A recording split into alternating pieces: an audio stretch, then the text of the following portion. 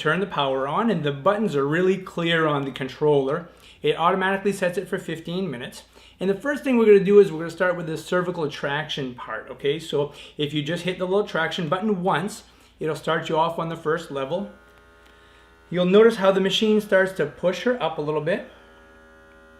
And that helps to open up the neck some and bring it into a little bit of a curvature. But now you'll see the second part of this push her up a little bit more right here. And you can see how that increases that extension.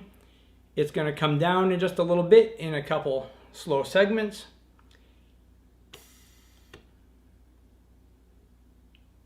Very relaxing, and that's going to do it over several repetitions as she does this. Now what I would do is I would encourage you to start with some heat, because that heat really feels good. It dissipates the pressure throughout the neck. So you just hit the little flame button on the controller once, and it starts you on the first level of heat. When that happens, the lights come on. It shows you that the heat mode is on.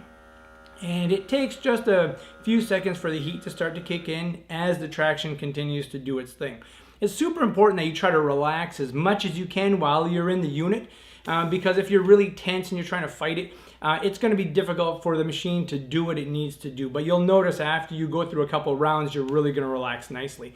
The other way to relax even more is to make sure that the lights are dimmed a little bit. And I have a foam roller underneath her knees so that her knees are a little bit bent, and that takes a pressure off the spine and really relaxes you a lot more. If you don't have a roller, a pillow would be just as good.